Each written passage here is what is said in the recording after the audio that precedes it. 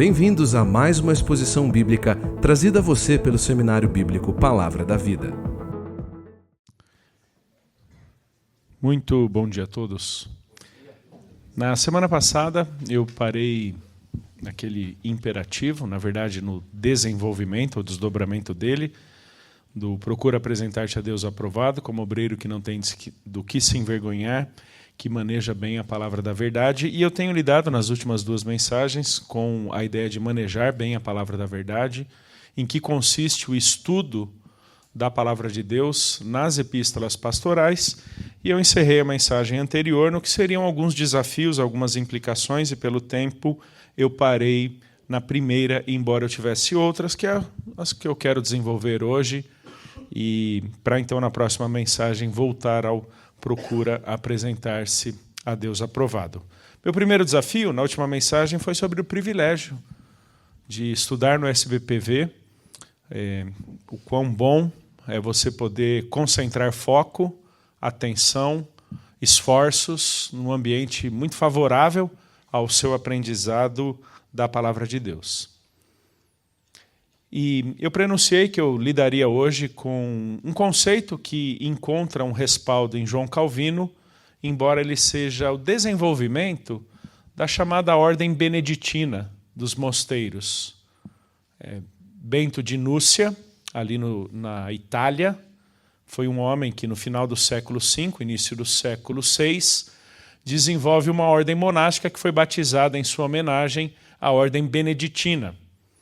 Esse homem ele é extremamente importante para o período monástico, porque ele desenvolve uma regra, a chamada regra de São Bento, que normatizou não apenas a sua ordem, mas influenciou muitíssimas outras ordens monásticas sobre em que consistia o viver num ambiente mais afastado, do que na mente dele seria afastado do mundo, para uma dedicação mais exclusiva, mais específica, para três elementos fundamentais. Esses três elementos, eles pautam basicamente toda a ordem beneditina.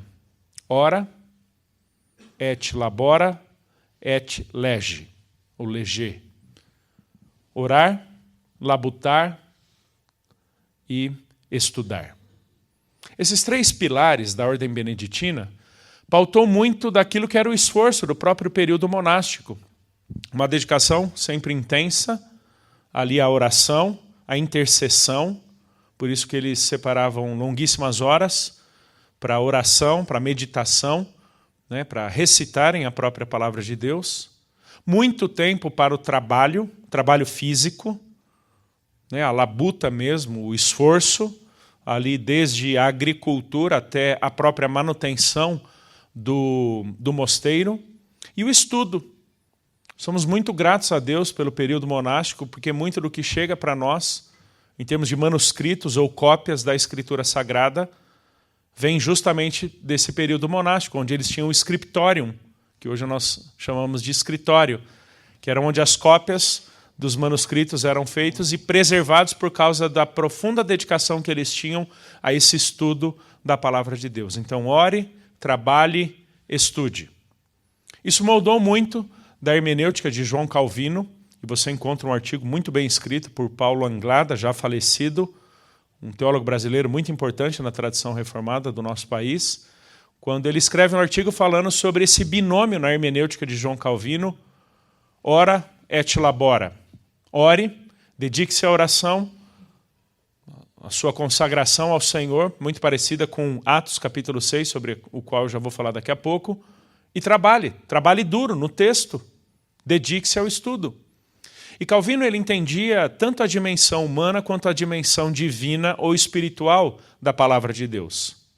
Existe uma dimensão divina, pela própria natureza revelada da palavra de Deus, que sem a iluminação do Espírito é simplesmente impossível você acessar essa palavra no seu entendimento conforme o propósito de Deus, por isso você tem que se dedicar à oração. Oração não é necessariamente só um momento que faz parte da sua dedicação ao estudo bíblico, mas alguma coisa que permeia todo o seu estudo da Escritura.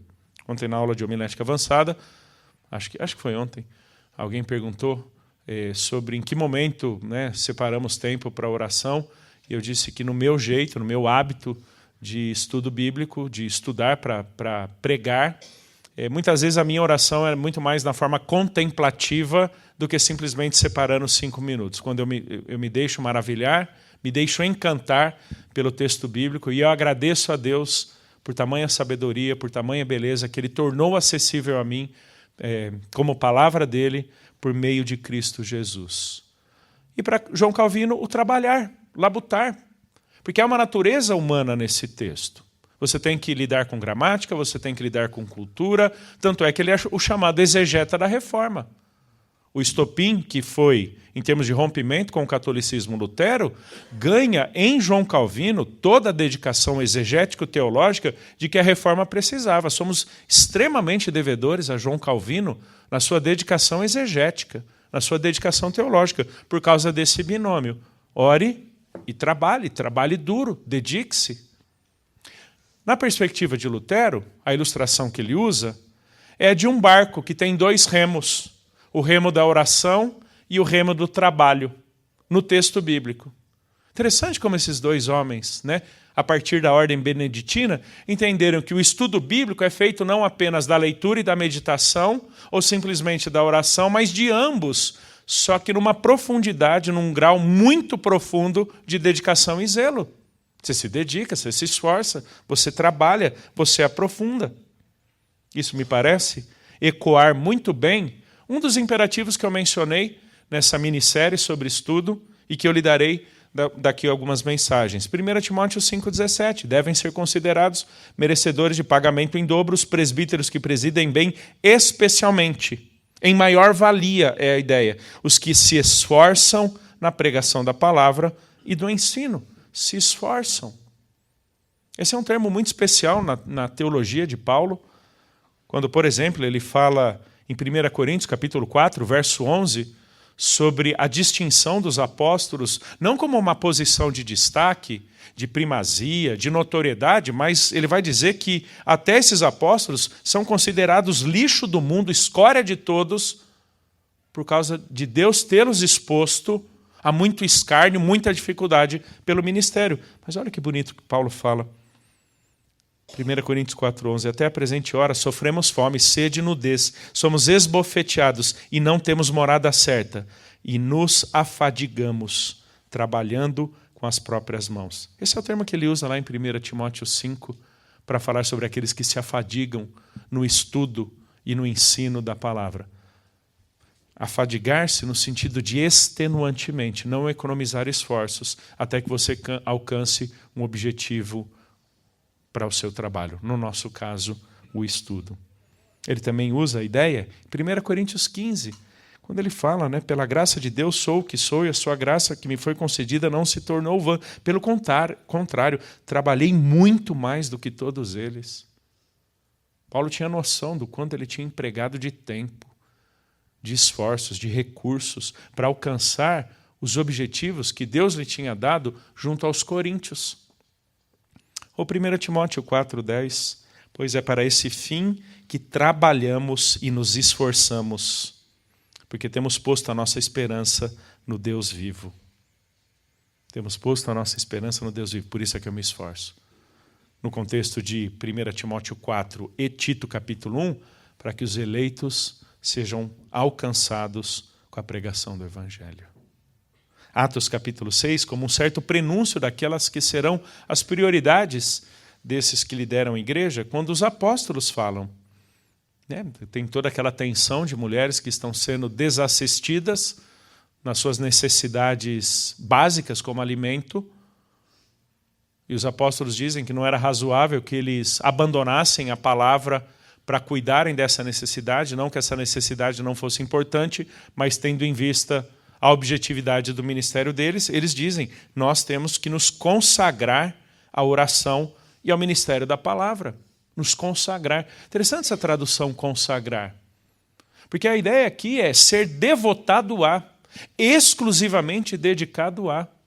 Essa ideia de consagração, é quando você se separa de muitas coisas que você poderia estar fazendo para se dedicar especificamente a uma delas. Você está separado para uma incumbência. Colossenses, capítulo 1, Paulo vai dizer que esse Cristo a quem anunciamos, advertindo a todos, ensinando a cada um em toda a sabedoria, a fim de que apresentemos toda pessoa perfeita em Cristo, é para esse fim que eu me empenho. É a ideia da labuta.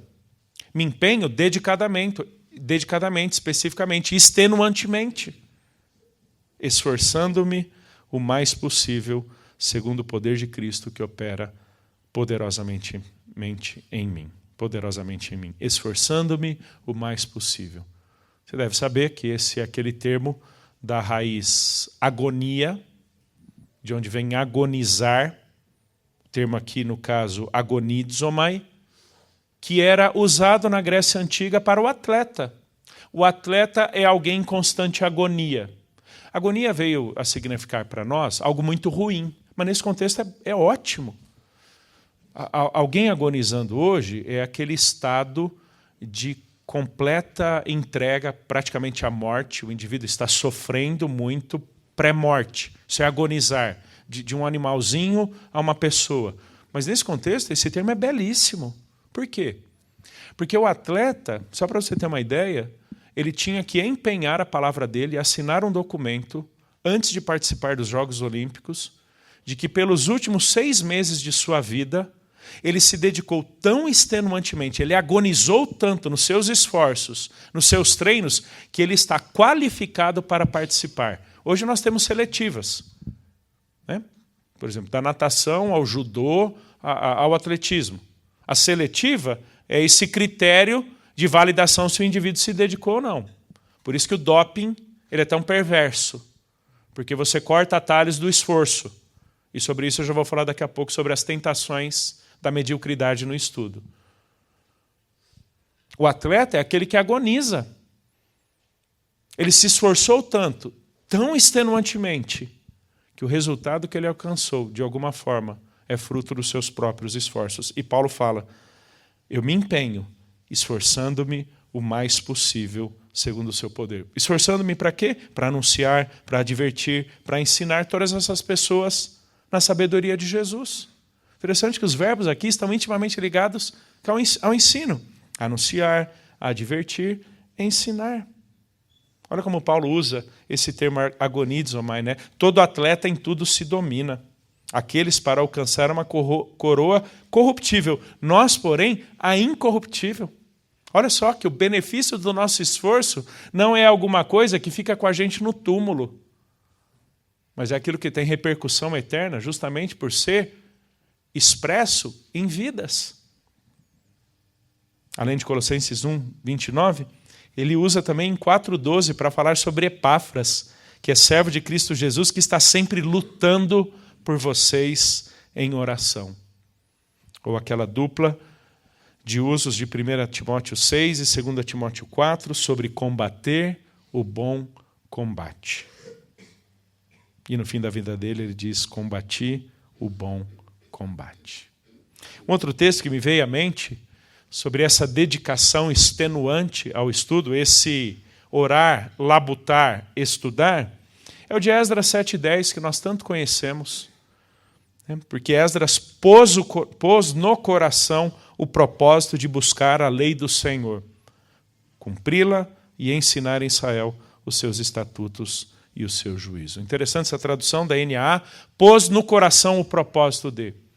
O termo usado aqui por Esdras é literalmente erigir algo, deixar algo muito bem estabelecido, muito bem fincado, que ele é ereto.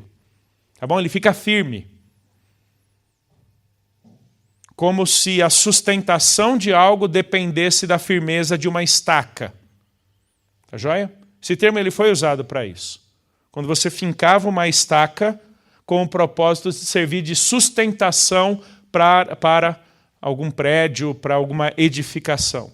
Esse termo também ele foi usado em termos culticos, litúrgicos, quando havia todo o preparo do sacerdote, todo o preparo para o momento do sacrifício. Ou seja, ele arranjou tudo, ele organizou tudo da melhor forma possível para que o trabalho do sacrifício fosse muito bem feito. Se fôssemos da gastronomia, seria o tal do mise en place. Você prepara tudo, organiza tudo, está tudo direitinho e agora então você faz aquilo que você deve. O que é interessante aqui em Esdras é que ele pôs o coração dele nesse propósito. Eu fico imaginando o que deve ter sido a rotina de Esdras nesse estudo. Numa época de profunda escassez de recursos, eles estão voltando do cativeiro babilônico. E esse homem ainda assim se dedicou em tudo o que ele podia para entregar, favorecer o que havia de melhor para Israel em termos do seu ensino. Já falei isso para vocês, repito de novo, e não me pouparei da oportunidade de falar muitas outras vezes, que a nossa dedicação ao ensino das Escrituras não é por causa do a quem ensinamos, mas por causa do sobre quem ensinamos. Nossos esforços, nossa dedicação não são por causa do a quem ensinamos, mas por causa do sobre quem ensinamos. Ecoando aquela ideia de Jim Elliot, não é tolo que dá o que não pode guardar para ganhar aquilo que não pode perder. Todos os nossos esforços, eles não são recompensados na eternidade, para nós como um benefício que alcançamos, mas eles são expressos nas vidas que edificamos e que desfrutarão a eternidade conosco junto do Senhor. Essa é a ideia de Jim Elliot. Ou de Charles Studi, talvez um dos maiores atletas ingleses do século XIX, muito jovem, crente sério em Jesus, que decidiu abandonar a sua carreira de atleta, de velocista, para se dedicar ao campo missionário na Ásia. E então questionado por um jornal se ele não estava cometendo uma loucura, ainda mais sabendo que ele recebeu uma tremenda de uma herança financeira, e ele decidiu dar quase tudo para missões, e o que sobrou foi com que ele se sustentou no campo missionário. E perguntaram se não era sacrifício demais tudo aquilo, abandonar a carreira, e a resposta de Charles Studi foi: se Jesus é Deus e ele morreu por mim, então nenhum esforço meu por ele será grande demais. Não de retribuição, mas de gratidão e reconhecimento. Terceiro, embora hoje segundo desafio, terceiro no todo, considerando a mensagem passada. Seu esforço no estudo não é por causa de uma performance ou prestígio, mas pela busca da eficácia como docente. E como quem já tem 30 anos de teologia, eu vou te dizer, quando eu afirmo seu esforço no estudo não é por causa de uma performance ou prestígio, eu falo como alguém que já lutou muito com isso. Talvez um dos textos mais bonitos de Neemias seja aquele de Neemias 8:8, que Neemias, juntamente com outros sacerdotes, iam lendo o livro da lei de Deus claramente, dando explicações de maneira que o povo entendesse que se lia. Essa é a eficácia do nosso esforço. Pessoas entendendo a palavra de Deus. E olha como termina esse parágrafo, no versículo 12, Neemias 8:12. Então todo o povo se foi para comer, beber, mandar porções aos que nada tinham e fazer uma grande festa. Sabe por quê? Porque aqueles caras eram tristes. Eles estavam tristes, abatidos. Mas quando os levitas explicaram a palavra de Deus, ele foi comer, beber, mandar porções aos que nada tinham e fazer grande festa, porque tinham entendido as palavras que lhes foram explicadas. Olha que legal isso daqui. Toda a nossa dedicação, todo o empenho do nosso esforço ao estudo, queridos, não é por performance nem prestígio, embora eu sei que essas serão duas tentações que vocês enfrentarão. Ainda mais quando você ganha alguma proeminência. Toda a sua dedicação é em busca da sua eficácia como docentes. Pessoas entendendo a palavra de Deus. Você se dedica para isso. Para que pessoas vejam em suas Bíblias e entendam as suas Bíblias, porque você as está ajudando com clareza a entenderem o que as suas Bíblias dizem. A sua labuta não é para que vejam quanto você conhece ou é eloquente, mas para que justamente essas pessoas entendam a palavra da verdade. Maneje bem a palavra da verdade, não para que você demonstre o quão eloquente você é, mas para que as pessoas entendam a palavra da verdade. Quarto, existem algumas tentações a favor da mediocridade no estudo.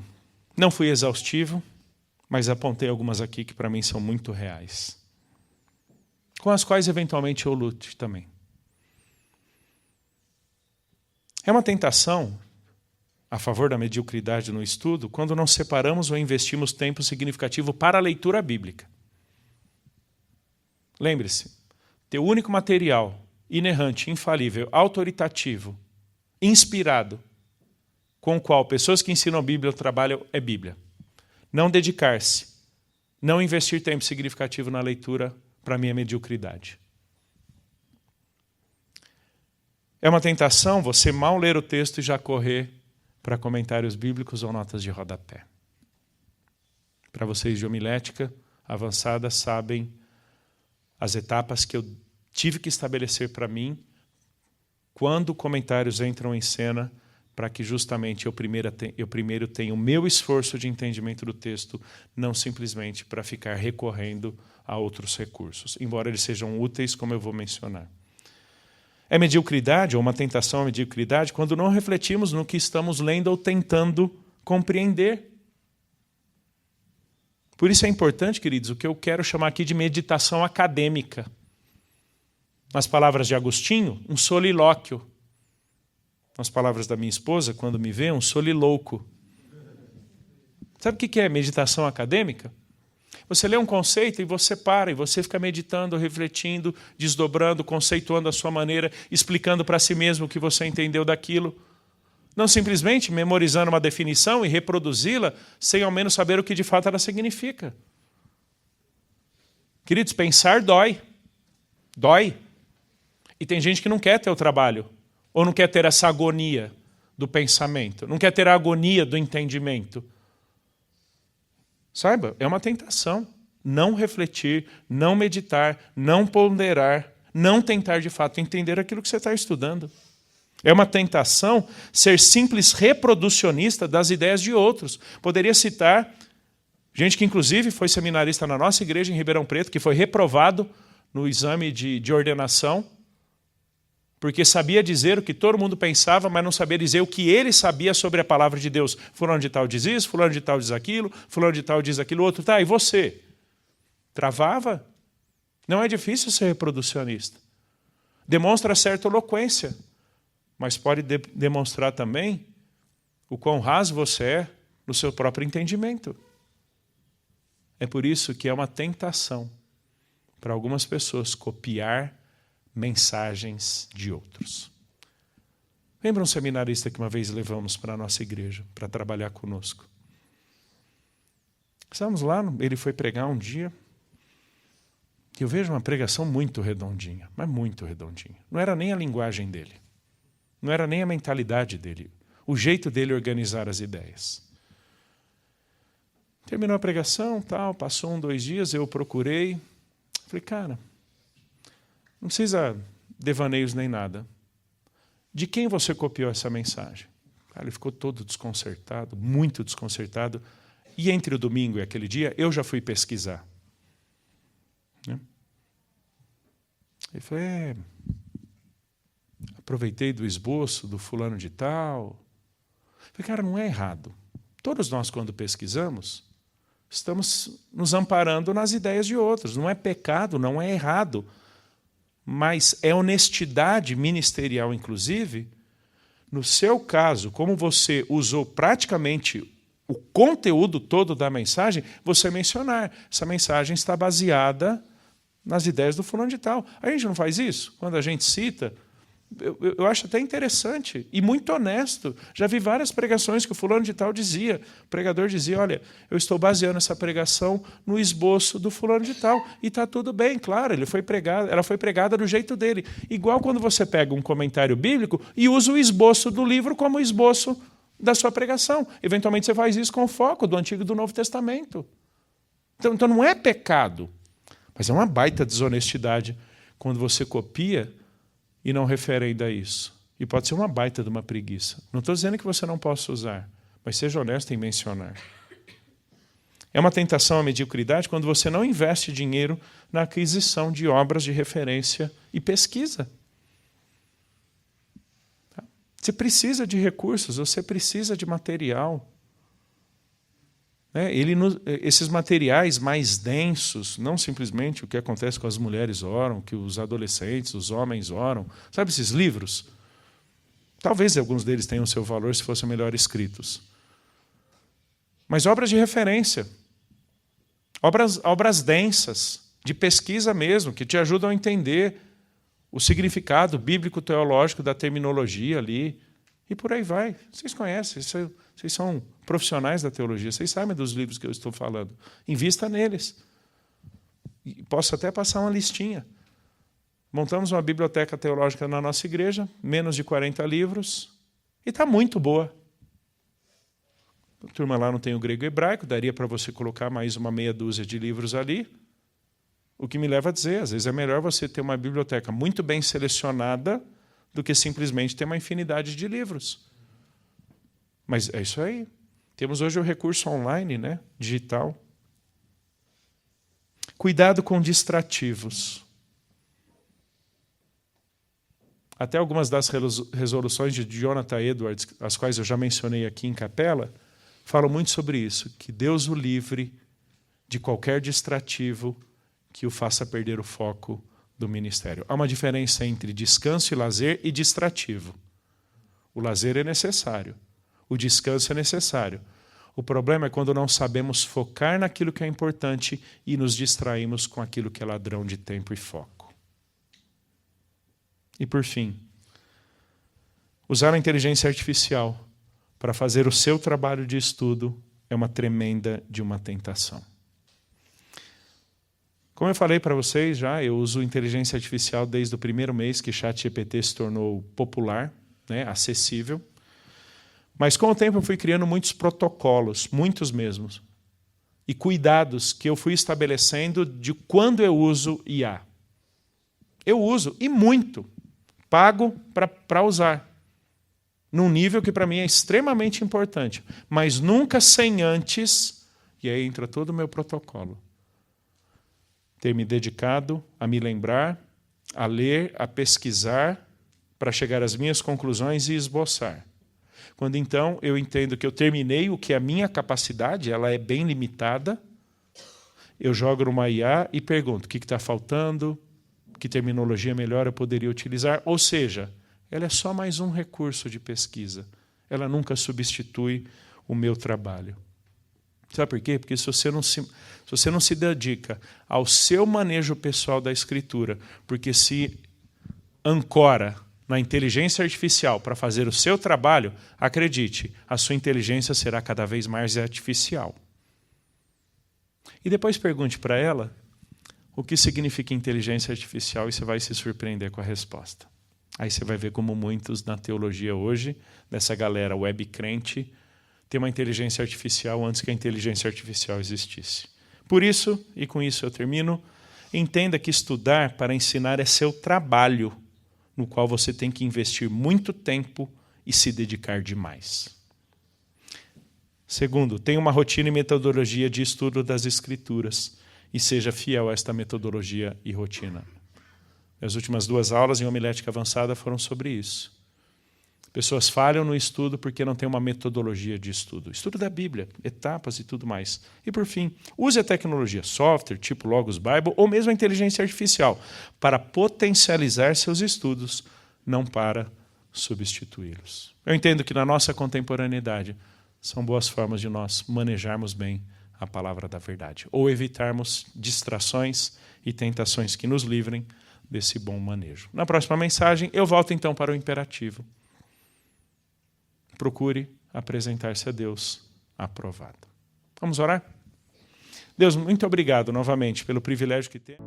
E essa foi mais uma exposição bíblica. Obrigado por ouvir. Para saber mais, siga-nos no Facebook e no Instagram, @SBPV São Paulo. Seminário Bíblico Palavra da Vida. Mais que formação acadêmica, teologia para a vida e ministério.